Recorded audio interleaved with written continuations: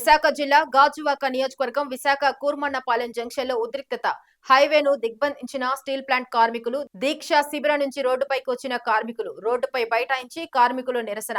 Steel plant ను సెయిల్లో విలీనం చేయాలని డిమాండ్. హామీ ఇచ్చి 2 నెలలు గడుస్తున్నా కేంద్రం నిర్ణయం తీసుకోలేదని కార్మికులు ఆవేదన చెందుతున్నారు. పోలీసుల చర్చలు. కూర్మన్నపాలెంలో భారీగా ట్రాఫిక్ జామ్ అయింది.